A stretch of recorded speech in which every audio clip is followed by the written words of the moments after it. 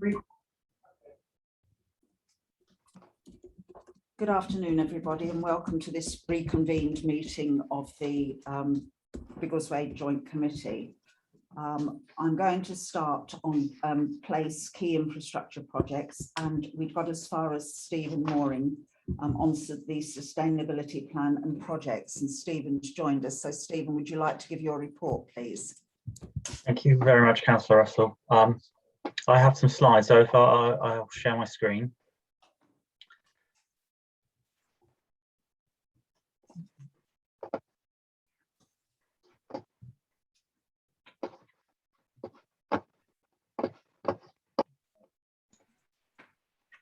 I will assume, unless you say otherwise, that you can see the slide deck. Okay, so thank you. Okay, thank you very much for the opportunity to speak to you today. I will give you a very brief overview of the council's sustainability plan. I'm aware that Biggleswade is one of the town councils we haven't spoken to yet about the approach we're taking, and then I will end with a couple of key areas of focus, that some of which we're already engaging with the town council on. Okay, so the council sustainability plan was developed over 2019-2020, adopted in September last year. It is based around the United Nations Sustainable Development Goals, which provide us with kind of a definition of sustainability which we work to, which is handy because sustainability and sustainable development is one of these things which you can speak to 5 different people and they'll all have a different definition of it depending on their background. So this gives us that consistent approach. What this also does is it's really clear with regards to what parts of the council and its services feed into what elements of that wider sustainability definition. That said, the sustainability plan itself has an initial focus on the climate change and climate challenge and related environmental issues such as biodiversity. Okay, so to provide a bit of context as to kind of the key areas of focus and the size of the challenge, this is the latest data that we get from BEIS. It's 2019 local authority emissions data. There's unfortunately a 2-year lag in this, so this doesn't yet pick up on the impacts of COVID. I would imagine we will see all those lines or some of those lines dip down. From what I understand, emissions and are starting to return to back to sort of pre-COVID levels.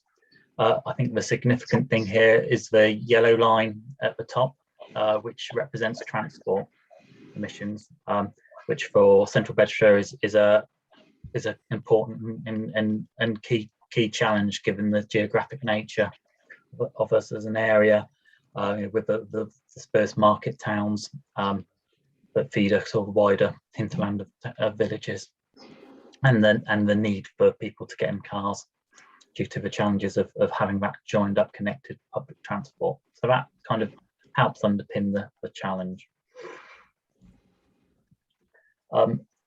This kind of condenses this down, those emissions down to per capita, so that's per person level, and it basically shows that since 2004 there has been a relatively steady decline, although it does look as if in the last sort of 3 or 4 years things are starting to level out again, and another challenge. And hopefully we will see the renewed emphasis and things like COP drive forward that should go down further. Okay, so a key principle in the council's sustainability plan is this idea of co-benefits, with the aim being that everything that we try and deliver and bring forward as a council, we design it in a way so that it ticks as many or delivers as many wide sustainability benefits as possible. So here's a very simple example. We have a big commitment to do a lot of tree and hedge planting.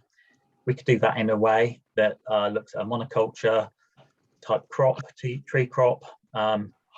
So we'd have the benefits in locking atmospheric CO2, but might not deliver much else. Or we can look at how we design that scheme so that it has a good planting mix that supports and enhances biodiversity, is located in areas that encourage access to the countryside, which in turn has positive physical and mental health benefits for our residents. You can link it into volunteering and community cohesion, link it into work at school so that it links into a sort of education, and also use tree planting as a way in which we help manage water, both in terms of flooding and scarcity and drought, but also air quality. So by tweaking and designing what we want to do up front, we can deliver far more benefits. Okay, so there are probably several key areas with regards to working with the town council. Ever so much sort of a partnership approach, and also now that we have more capacity in-house at Central Beds, that level of support that we can bring to help you. So I think one of the key areas is understanding the impact and bringing that down to a town, even ward level. We have been having a range of conversations with a lot of different providers who already have tools set up which distill the national data down to a local town level. We will be in a position, hopefully in December, to start sharing that with town councils and parish councils. You know, for me, that's a key bit of information that could help support your neighbourhood plan, for example. We are progressing with the rollout of electric vehicle charge points, which I'll cover in a little bit more detail in a minute. Tree planting, both in terms of the grants we provide as a council to yourselves, or can provide as a council to ourselves, but other projects, again, I will cover that in a little bit more detail. I think there is absolutely scope for to look at the technical support that we can provide, particularly looking at things like energy efficiency, with regards to kind of your own estate, biodiversity. And then there's also that probably more of a joint role in terms of supporting local communities. For example, the recent eco fair that was in the town centre, must have been in early October. We had a stall there, and it was great to be talking to the residents about what they want to do and what's important to them. So with regards to electric vehicles, there's two kind of main elements to this. First being on-street residential, so primarily for those who don't have their own private driveway. And this we're looking at with respect to fast charging, so that's a slower rate of charge, and we can also link that into funding from government.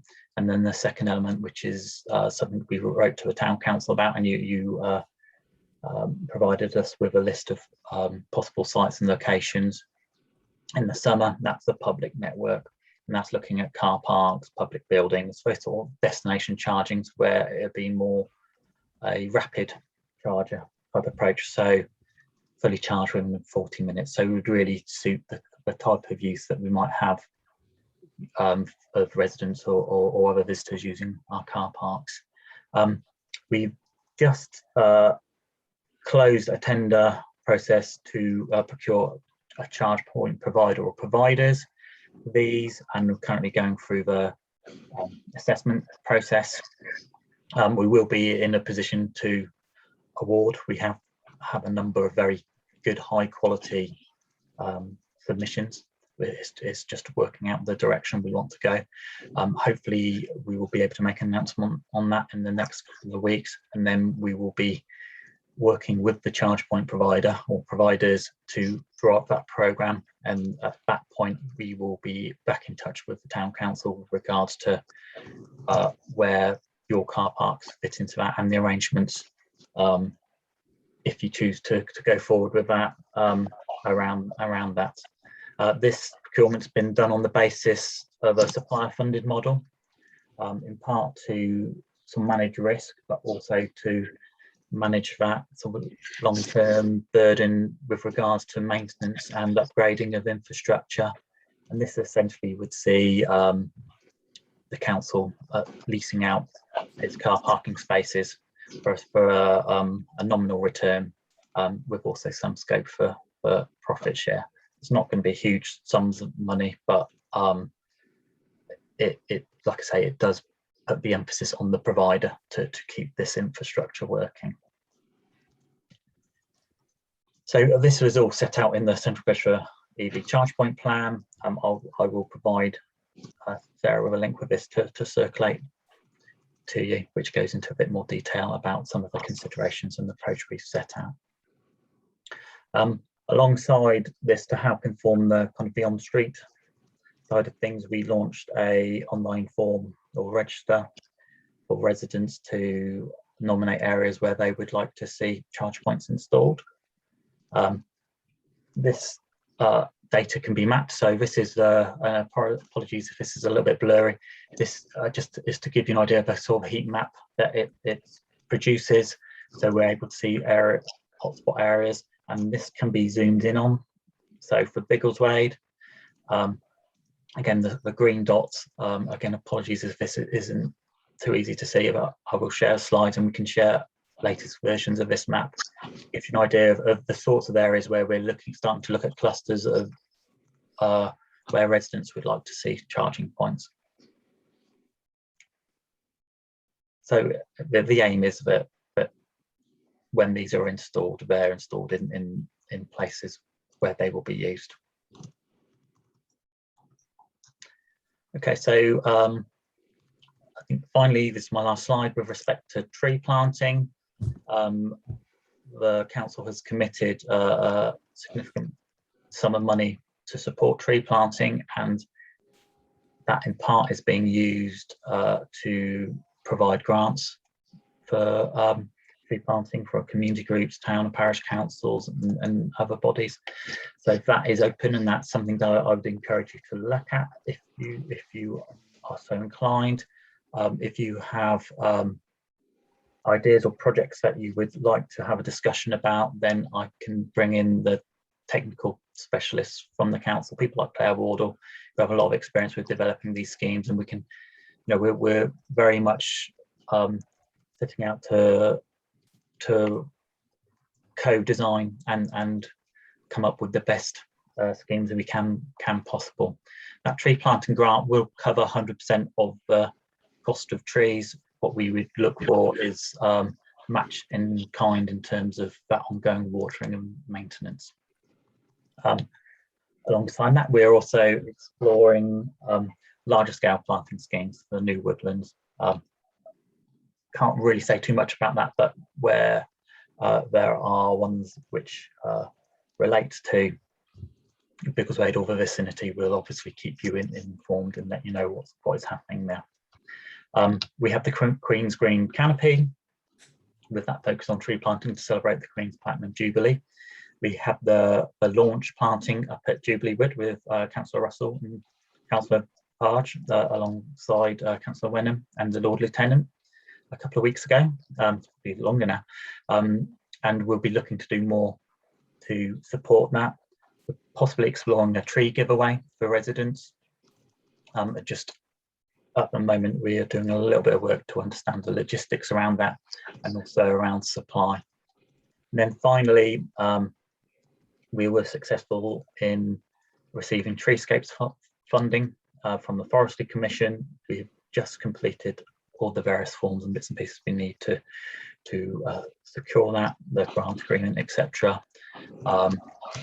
That will focus on highways and tree planting, and Biggleswade's one of the towns included, and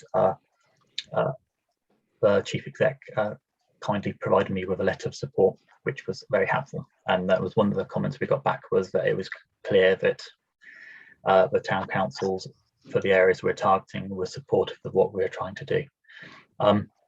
With that, again, we'll provide you with details of the maps for where that will be planted, where that planting will happen, but it will all be on CBC Highways land. Okay, that is my final slide. Thank you very much. Sorry, were you going to say something? No, I was just going to work out how to stop sharing. I'm not used to Teams rather than Zoom, so. Okay, colleagues, any comments or questions of Stephen? Councillor Ramsey. Hello, I have been reading in articles that not all the charging points are standardised. Can you comment as to whether that's true, and if it is, what plans have you made for that? Okay, so that was possibly the case 2-3 years ago. The industry as it is becoming more and more standardized. So for example, I think that there is a UK type charger which all new chargers are moving towards. It's not a set standard, but it's a voluntary standard.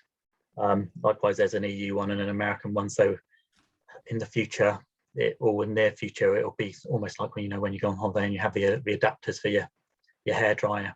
So that is not something we are concerned about. Also, part of the rationale behind seeking a charge point provider to cover the whole of central Bedfordshire is to ensure there is that consistency, and the companies who have tendered for this run networks already in Milton Keynes, Bedford, etc. So we will have that standardised approach. Anything else, colleagues? No? Thank you very much, Stephen. No, thank you, Stephen. Thank you. Thank you. So I'm moving on to the Welcome Back Fund. Mr. Choppin, are you updating on this? Thank you, Madam Chairman. I'm very, very briefly updating. I'm going to pass over to my colleague, Wilma, who is our head of finance now, and will give you the detailed breakdown. But essentially, money is being spent against the various bid headings that we were successful in achieving. There is some money still to be spent, but I'll pass over to Wilma to actually do some of the details. Yes. Thank you very much, Philip. On the Welcome Back Fund, we've spent to date £28,104. As Philip was saying, we've got 3,898 to spare. The detail of that I can give if we would want to look at it. However, before we even talk about that, we just want to say thank you very much, Sarah, for your support in trying to help us identify the criteria of expenditure. So we are very grateful. Thank you. And we've been able to use these funds for promotional activities in terms of promoting Welcome Back into the town as it aims to achieve. We've gotten some expenditure that relates to getting various activities in the town that involve buying some lighting, some gazebos, following COVID protocols, because one of the things that people were very, very worried about is coming into town because of COVID. So we've also spent some of these funds on observing that protocol and assuring people that it's okay to come to town because these things will be in place for you if you do come. So sorry, can you explain a bit more what you've done to encourage people back into the town? I didn't quite follow that. I was saying that we've also made sure that we've adhered to COVID protocols. We've spent some of the funds in buying sanitizers and other things that we need to be in place, because people wouldn't want to come to town because of that fear, but they know that, okay, we've put structures in place. If they come to town, they are going to come to a COVID safe environment, so they would like to come. Okay, I understand. Thank you. Okay. And then we've also invested some of it in banners and other things just to promote the whole welcome back to the Biggleswade town itself. And that is what makes up the sum of the 28K that we've spent so far. We still have a surplus of, I won't call it a surplus, we still have a £3,000 that we are working with Sarah to establish if all of our expenditures that we want to incur is permitted under the grant criteria or grant conditions. And once Sarah agrees that, then we can add it to what we've spent so far. Any questions? Maybe I could just add a bit of colour around the gazebos. So as an example, on the 5th of December, which is a Sunday coming up, the businesses in the town have organised a Sunday on the Square event. I think 25 businesses in the town who are attending that. And the town council is helping with the setup and loan of those brand new gazebos, so that of course the businesses that are normally in their bricks and mortar shops now have the opportunity to use the market square to show their wares and services more broadly. And they had an earlier event in the year that was very successful. Thank you. Anybody else with questions for Wilma or comments? I think Kerry must also be very helpful with this whole project. Thank you very much. With a comment. I'm conscious that we've got the benchmarking survey that's just literally launched. I'm not sure what the deadline is. Can I just interrupt? Yes. Yeah, so Sarah and myself just wanted to pick up with you on the Welcome Back Fund. So, know if you want to go first, Sarah, or do you want me to go first? You don't want me to go first. I'm assuming they're going to pick up something on the benchmark. Yeah, Okay, then. so on the Welcome Back Fund, so just to say, really, we've just had a board meeting on that, because obviously we're working across the whole patch with 18 different towns. And I have to say, I know you've had problems with staff recruitment, but unfortunately Biggleswade is way behind compared to all the other towns in terms of your investment, what you've spent so far. And we're not necessarily worried, but we need to start knowing now whether or not you're going to spend the full amount that's been allocated to you, or whether we can start looking at reallocations for that. And that, you know, so that could mean still benefits to the area, but reallocations to smaller places surrounding you like Langford and Stopfold, you know, some of the smaller towns that are out and about around you. Ingrid, can I interrupt? So how much are you saying we haven't spent? Because Wilma's just said there's 3,000. 3,800. That's all that. Sorry? 3,800. 3,800. Are you working on a different figure? Yes. Yeah. So Sarah, did you want to jump in? Sorry, I'm not used to Zoom. So the latest figure that I've got, we've got 4.3 thousand remaining to be spent. So maybe I need to go back and have a conversation with you, Wilma, about that. Okay. Sorry, Sarah, because you agreed on the totem and then the vertical banners, that's what has reduced the surplus. Okay, maybe that's where I need to have revisit the figures again. Yeah, 'Cause my apologies for that. Yeah. So what are you saying your figure is now? It's £3,896. Okay, and that's what you've got remaining. And you're Yes. confident, so there's quite a bit, isn't there, that's unspent, but you're confident that you will spend the other. Yes, before the end of the year. So Peter, Can I just make a quick observation? I mean, I think this is probably an offline conversation between Wilma and Sarah. That needs to happen. Yeah, Our conversations here, we're totally confident that we will spend that sum of money. exactly. The only question is about the breadth of whether or not it fits the funding criteria. That's all. isn't it? Yes. We have things that we're going to put up to Sarah, but Sarah would then agree if we meet the criteria. So it's not a question of we have a surplus, it's a question of do we meet the criteria to spend it on what we want to do. And Sarah has been guiding us in that. And we haven't given her what we want to do with the 3,000 yet, because we need to agree it among ourselves. Then I can present it to Sarah. so sorry, Mark, did you want to comment? No, I think it's been answered. Because it's a little bit worrying to hear that you're worried about Biggleswade when we think we're doing what we need to do. So obviously there is some conversation. We're not, you might be doing what you need to do, but we're not getting the information through. Yeah, so but let's talk about that separately. Okay. Okay. Yeah. Thank you. So just conscious that the benchmarking is just launched. Sorry. I'm just conscious that the benchmarking survey is just launched, and there are questions in that survey about COVID and people returning to the town centres. I'm not sure when the benchmarking survey closes. Ingrid might be able to tell us, and whether there's an opportunity to wait for the results of that to spend that last bit of money in a more focused manner. But I'm not sure if Ingrid can feedback on that. So my understanding, Hayley, I'm not 100% up to speed with it. Sam's been leading on that. It's the 10th of December, the benchmarking studies close. Too late, probably. Yeah. So what is this benchmarking study? Benchmarking of what? It's the annual. It's an annual survey. So we pushed it. We would have done it normally around April, but we pushed it back because of COVID. Yeah, So it's but- the annual footfall town centre. Yeah. So it's basically footfall we're talking about in the town centre. So it's bigger than that. So we have shared it with you in the past. Yeah, we have seen it last month. Well, Yeah. I'm not aware of it.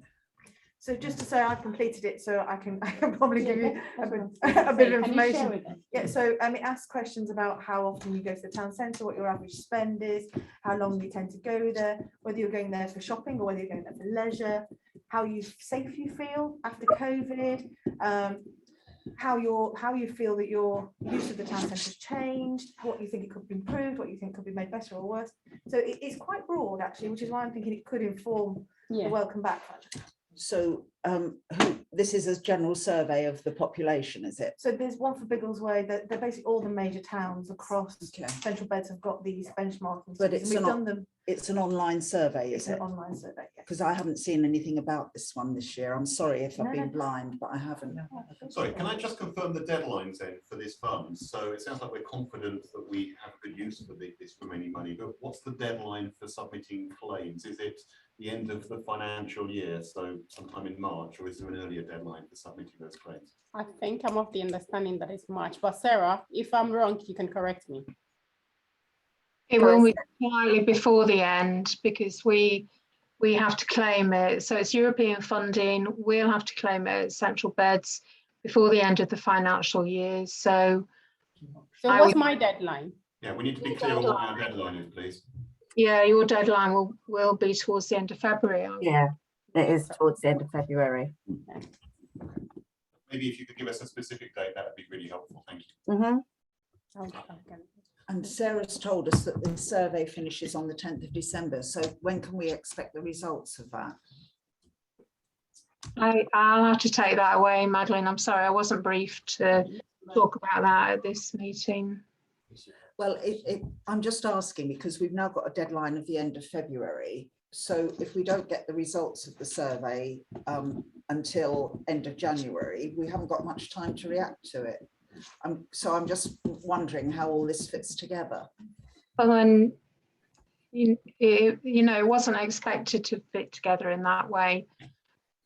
So, it's up to you. If you want to use the results of the survey, you could, but you don't need to. It is, the Welcome Back Fund is about encouraging people back into the town centre. So it should be everything that we've talked about already. So very much focused on events, publicity, bunting, lights, all of those things. Quite simple and straightforward, really. Short-term hits for this year on Welcome Back. So even things like make the environment in the town better for business will be worth considering. It can't be anything permanent. That's part of the European funding. Yeah. No, it would be So fly by really, night. in the end, the survey will just tell us how successful we've been. Peter. Yeah, I just want to use the right word, I think. I mean, this can complement and reinforce our existing understanding of the intelligence of the community. It's something else to look at, as opposed to the predominant thing to look at. Because as Ingrid said, the timescales just don't link in well together. But the overriding message, I think, for everybody is that we're 100% certain that we can spend this money. And Wilma needs to make sure that she does a further update, I think, with Sarah.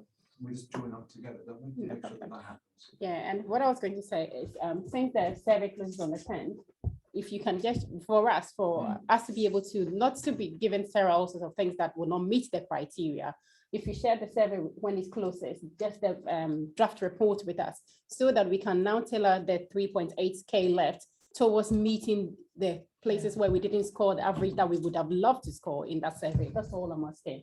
And if that's okay with you, Haley, then you can just send it to me. I don't get the information, unfortunately. Ingrid's probably closer to the heart of it, but sorry. That's all right. I think we've all got a feeling of where we need to go with this. So shall we move on? Thank you. Have you said everything you wanted to, Ingrid and Sarah, on the Welcome Back Fund? Yeah. Okay. Is Mark Eaton there still?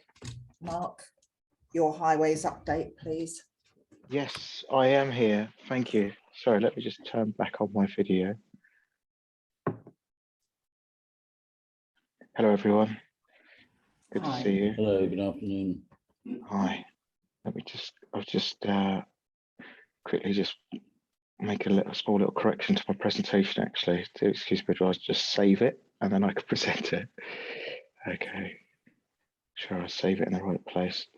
Okay, so yeah, today I'm going to deliver a presentation with an update on the capital programme and all the different stages of the different schemes. And then I'm going to talk a little bit about an application that yourselves and residents of Biggleswade may be interested in using, which will hopefully really improve communication between the Highways Department and the people in Biggleswade. So just give me 2 seconds while I just make sure I get the right view on. 2 seconds, excuse me. Thought I'd have a little bit more time. Okay, right, let me get it up and started. Right, here we go. Share screen. Okay, yeah, so this is the presentation of Biggleswade. And yeah, so here, just these are the schemes that currently just at the initial stage, really, for fee, where there's fee proposals and investigations. We've got some drainage schemes. As you can see, there's some here, Shortmead Street, Lawrence Road comes up twice there for drainage. These fee proposal sections, so these are all done. As you can see, it's integrated transport, Potton Road and Lawrence Road, again coming up. That was all done in Q1 of this financial year. The Orchard Close scheme, that's under Section 106 funding, that's still on hold. The Eagle Farm Road, there's not much progress on that one yet for me to announce, but yeah, that still is there's a plan to put forward the fee proposal investigations within the financial year. Design, so this is what's going on with the design work. So as you can see, in terms of the status, quite a few of them have moved forward. Some of them have been completed, like I said, the drainage ones. So there's quite a lot in terms of integrated transport here, and then going on to Section 106 funded schemes. As you can see, there's some of these still need a little bit of resolution within this financial year. The Dutton Lane one, though, that has commenced. That commenced in Q2, but there's nothing to report yet on that one. But yeah, so this is just the picture with the designs, and I will talk about one of these in a little bit more detail in a moment. Okay, so this is what's going on in terms of construction. The carriageway resurfacing batch 1, that's at the moment we're going through a process now where we've got a contractor in place. That work is being readied at the moment for the full commission and a program. So that work we're looking to try and get that work done before the end of the financial year. So batch 2, though, that's ordered for Potton Road. Broadmead, Nursery Close on Footway side, they've been ordered. Drainage, that's at the selected stage for Shortmead Street. Lawrence Road, as we might have seen earlier, lots of design work still being considered. Integrated transport, commenced schemes here, already done. Q2, these ones between Q2 and Q3 for Potton Road. Integrated transport there completed in Q1. Back Street on hold. Got the Orchard Close scheme, externally funded scheme that was commenced Juno Place. We're a bit confused because we're not really sure what these schemes refer to, because we've got the name of the street, but we're not really sure what it is that's being done on those streets. Have you got any more detail for us? Any in particular? It's just these ones in terms of the integrated transport. It will be the actual design changes to the public highway. and again, with section 106, it could be either a design change or a maintenance improvement. I think going forward, it would be really helpful. I mean, 106 is a source of funding, but I think it would be very useful to show the nature of the work as well, because just a list of things that say 106, it doesn't really help us understand what they are. Okay, yeah. Thanks for that feedback. Potton Road, yes, I wanted to just talk about a few schemes in particular that I think were raised before that were definitely seem to be of interest to the council. So the Potton Road crossing, so delays were caused by the design review and a need to then implement the scheme during school holidays. Now, subject to winter weather conditions, the scheme will be implemented in the February half term in 2022. And the temporary traffic signals, they're going to stay in place until that scheme is installed. And in the meantime, we will engage with volunteers to undertake a community speed watch with special equipment. So hopefully that will allay any concerns about speeding through the area. But that's the plan with that, because I know that there was some talk before about what was going on with the design review. But yes, now it looks like this scheme is going to go forward in February. So that's good news. And the London Road active travel scheme, you might know it as something slightly different, maybe a cycleway scheme. I think it came up before in another meeting. I had a quick email exchange with Steve Lakin, and it explained it's an active travel scheme, and but he still needs to identify a budget to commission a design that's following all the consultation. And the design will consider the space that should be made available for motorists, cyclists and pedestrians, because it's going to consider different options. It could be segregation, it could be something else. It all depends on what the designer proposes. But just to make you aware, he said that he's read through the consultation, but now he needs to find a budget to commission design. So that is the update on the London Road active travel scheme. Okay, you know, the town council was not very happy about what was put in place as the temporary scheme, and we've had a lot of negative feedback from residents. Yeah, Steve Lakin told me via email that he has looked at all of the feedback. He's considered all the different issues and, you know, the pros and cons, everything, you know, so he's collated all of that information, and his next step is to use that consultation advice as part of the design commission. So that will all go into the brief. So all the feedback that's come in through the consultation will all be considered.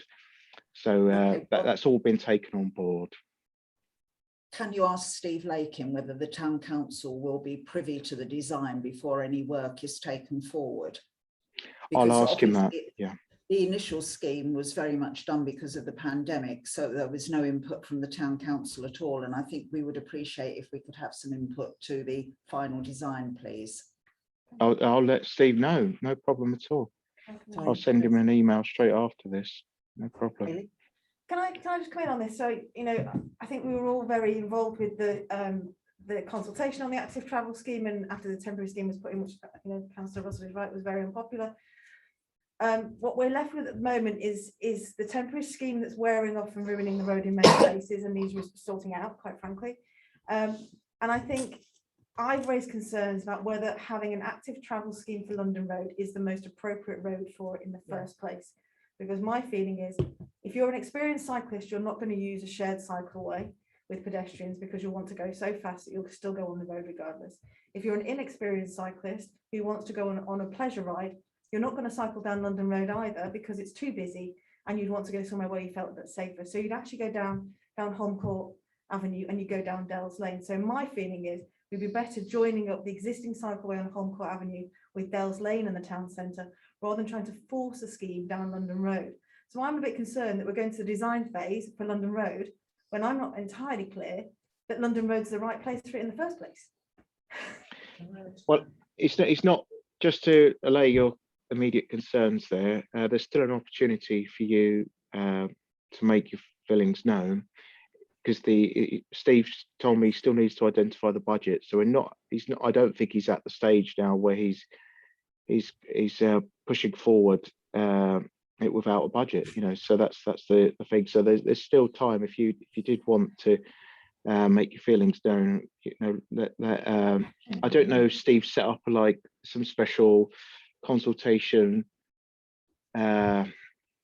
limitations. I don't know. I don't know enough about if he put a time restraint on the consultation, but like I said, as he still hasn't commissioned the design, there may still be opportunity for you to give further feedback to him.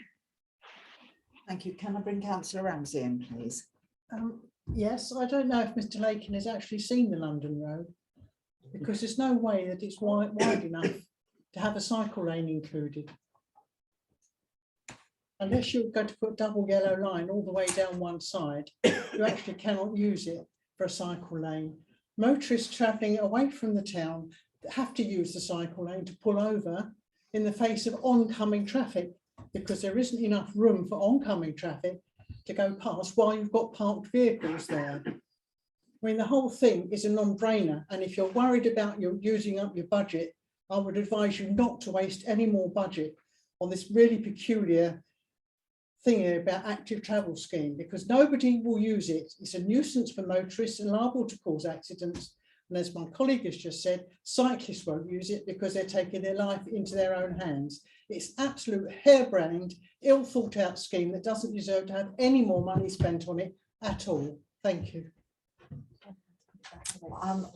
I appreciate you're the messenger, Mark. So I think you've heard what people think about the active travel scheme. And I think, if you could talk to Steve Lakin and tell him the strength of feeling, and that we would appreciate a bit more consultation between him and the town council, that would be great, please. Yeah, I will do that. I know that Steve is keen, to make sure that no cyclists are put at risk. That's I think where he was talking about was making use of a shared space footway, so they wouldn't be in conflict with the motorists. The shared space footway is a nightmare as well, and of course we've got other issues now, because we've got electric scooters and things like that, as well as cyclists. So some of the parts of London Road are downright dangerous for pedestrians. So it's caught into a pint pot. That's the trouble. There just isn't the space to do what you're trying to achieve successfully.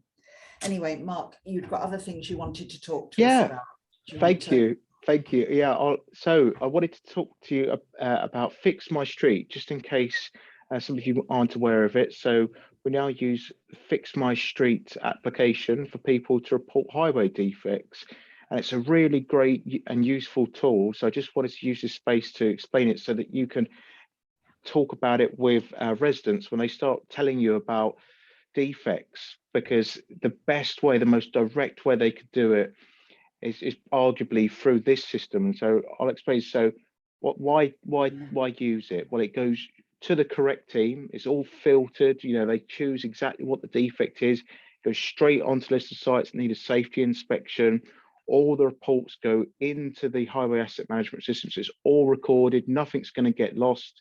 It's all fully there. It's not, it's not like, so if someone phones the call center where someone might not hear something, get the door number wrong, they use it quickly on their app, from their phone, from the computer, from their iPad or whatever they want, put it straight through, get the correct information. They get the report back as well, so they can see it. And it's got a very quick and simple interface. You can see maps and photos, two-way communication. So they could give updates if an inspector goes out and looks at something, but they looked at the wrong thing, the person could write back and say, no, it's actually here. So there's a great two-way communication tool. It's available on Apple and Android, and so it's always improving us. So what we're doing, we've got this facility there, so they can submit photos, they can take a picture on their phone, which really helps to categorize the problems.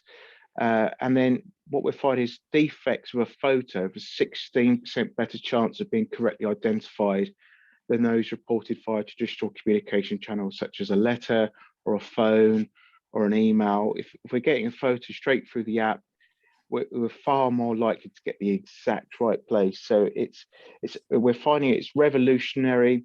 We're receiving a lot more service requests, and we welcome them. We see them as opportunities to deliver a better service.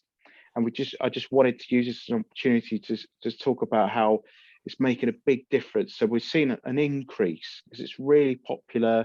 We've actually seen a decrease in written complaints, and there's been a noticeable communication shift. 80% of highway reports are now made online. So it's just Can I jump in with some feedback, please? So yes. I think the principle of this tool is really good. And many residents have contacted me with issues, and sometimes I suggest that they use the app. Quite often, I will go and inspect the fault that they report, and then I will report it on their behalf using Fix My Street. Alas, I have to say my experience of using it and reporting faults has not been good. The vast majority of defects that I have reported have either been closed several weeks later, saying upon inspection, no fault found. And in many cases, there's still a significant issue. In many cases, issues have been closed because I understand they were passed to a different department. So there are limited classifications for reporting defects. And the procedure seems to be that if there's an internal transfer of a defect within central beds when it's reported, because it's not the right categorization or there isn't an appropriate categorization, the reporter, rather than getting an update and the continuity of seeing exactly what's going to happen or when, basically get the ticket closed because there's been an internal transfer, which is a very poor experience. So I don't know what other experiences other councillors have had. Principle really sound, but so far the implementation seems to be poor. Can I please quickly? I have partial responsibility to Fix My Street, and I can say it's changed dramatically. In the early days, I can say there were issues of calls being closed. I mean, I don't really want to spend all the joint committee talking about Fix My Street, really, if I'm honest about it.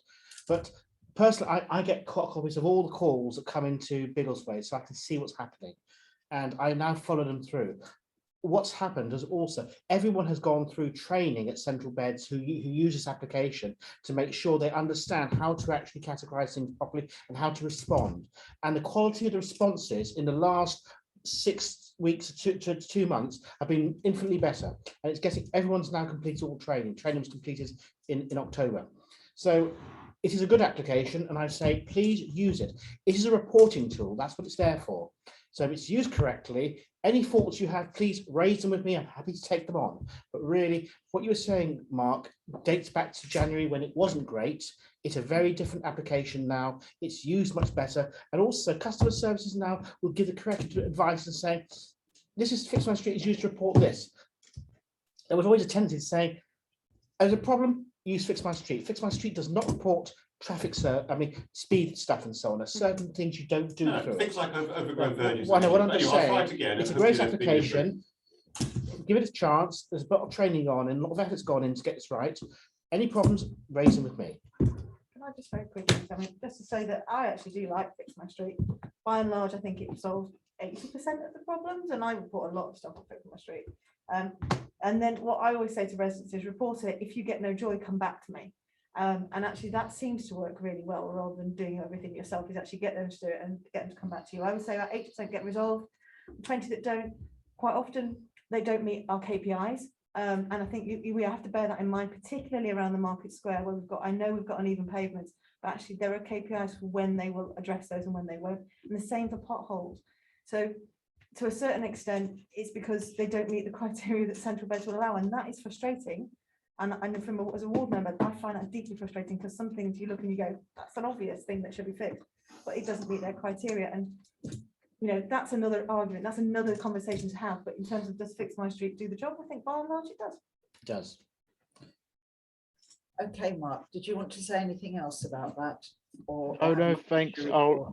Jack Bowers, who on the technical side on Fix My Street, he was at the last meeting, but obviously it got suspended. But I will give that feedback to him. So thank you. It's just to explain, the application is constantly being developed. More training is being given to officers, and we think it is making a difference. And any feedback is welcome. So thank you very much for your time on this. But yeah, so that's the end of my highways presentation. I hope that was helpful. I think it was, except that, you know, we would like to know a little bit more about the detail of the scheme rather than just a street name, because that doesn't necessarily trigger with us what's going on. We're not as au fait with it as you are, Mark.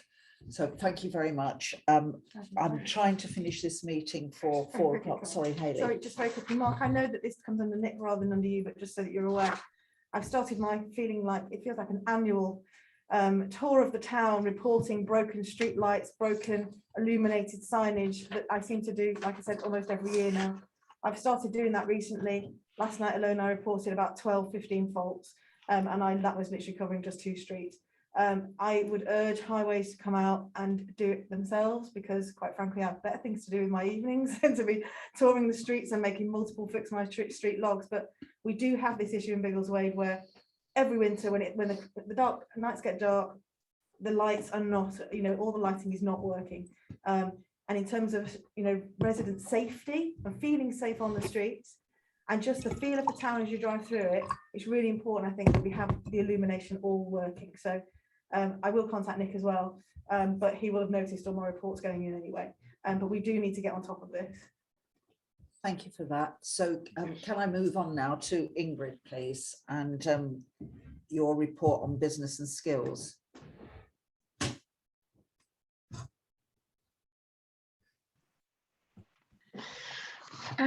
So under this, I think we were going to talk about the co-op.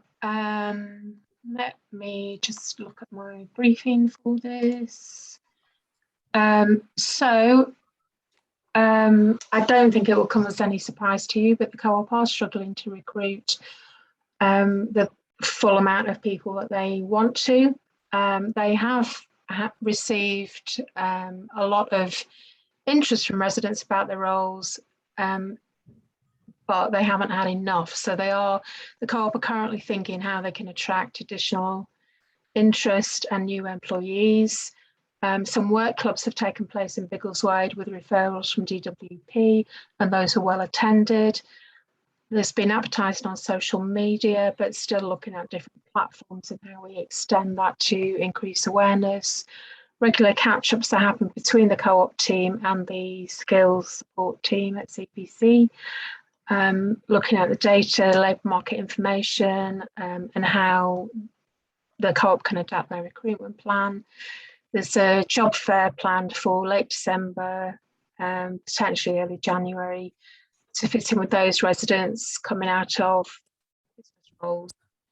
And they're also thinking about how they can be more flexible in their approach to include people with caring responsibilities and childcare responsibilities.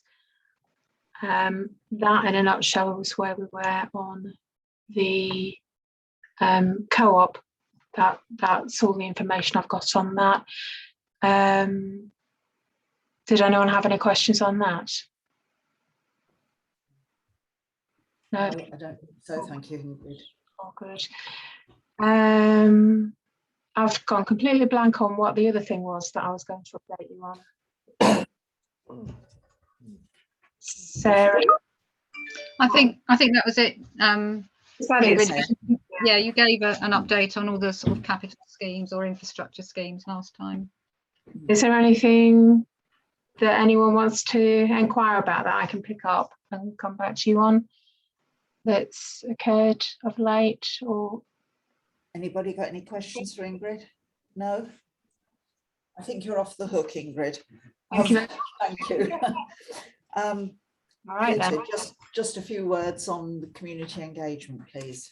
I'll keep it very short. There's nothing fundamentally substantive to add to what the conversations we've had before, other than the fact that we set up a community engagement group. We did that probably about 6 or 7 months ago now.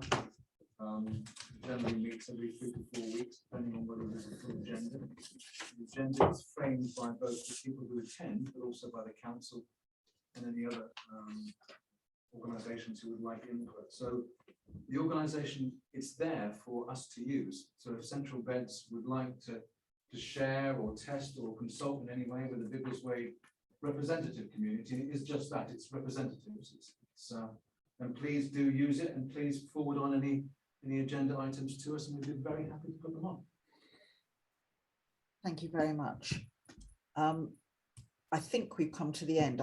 I'm not absolutely sure whether we covered neighbourhood plan at the last meeting, but I'll just briefly say that we've had our formal consultation. We're now dealing with the responses and putting together the consultation report and a final neighbourhood plan. We had hoped to have it to next Tuesday's council meeting. There was quite a lot of response, and it won't be to next Tuesday now, so it'll have to be to a December meeting. But we are still hoping to get it into central beds by the end of the year, so that we can still go to referendum at the beginning of May. So we're still hoping, but there's an awful lot of work to be done. We're pushing against it, but we had 53 responses in the end, so it's a lot to go through. We're quite pleased with the response we had. Anything from anybody? Anything anybody wants to raise? Hayley? Can I just raise a comment on the neighbourhood plan? I've contacted Mr. Tarrant because I've had complaints from residents about they've got their leaflets about the events, particularly on King's Reach, after the event dates. And so I know there were other dates after that, but I was just a bit concerned, given that when this is formally examined, obviously they will look to see that everybody had an opportunity to have their say. Do you feel that that's covered? You're exactly right that we were let down by the distribution company. However, there were all sorts of other ways that that residents could be aware of it. It wasn't dependent on the leaflet. So we had banners, we had posters, we had stuff on social media, we had stuff on the website. So I don't really think that's going to be an issue, but it was very unfortunate that we were let down by the distributing company. Yeah. And I also delivered some leaflets as well. I just reinforce what Madeline has said as well, but I think what's also helped is that I just want to thank our staff as well, because basically they gave up their lunch times and they went out there and they discussed and encouraged a greater contribution, and I think that really did make a great deal of difference right at the end. So in the sense of regularly going out there, talking to the community, I spent some time walking around the various cafes, etc., and just trying to engage with people and trying to encourage some responses. So, yeah. Yes, because of some of the issues we'd had, as Peter says, there was a stall on the market square for the whole of the last week, with plenty of opportunity for people to find out more and respond.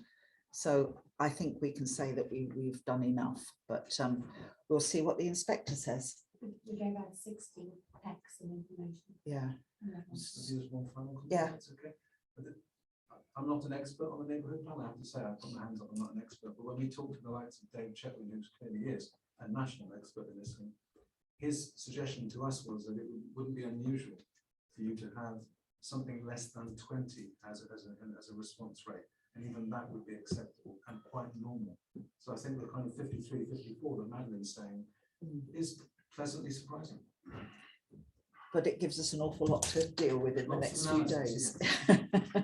Okay, because there's a formal way you have to lay out the responses. Okay, everybody wanted to finish at 4. I think I've just about made it. So thank you, everybody, and goodbye. Thank you, Madeline. Thanks, Madeline. What is that?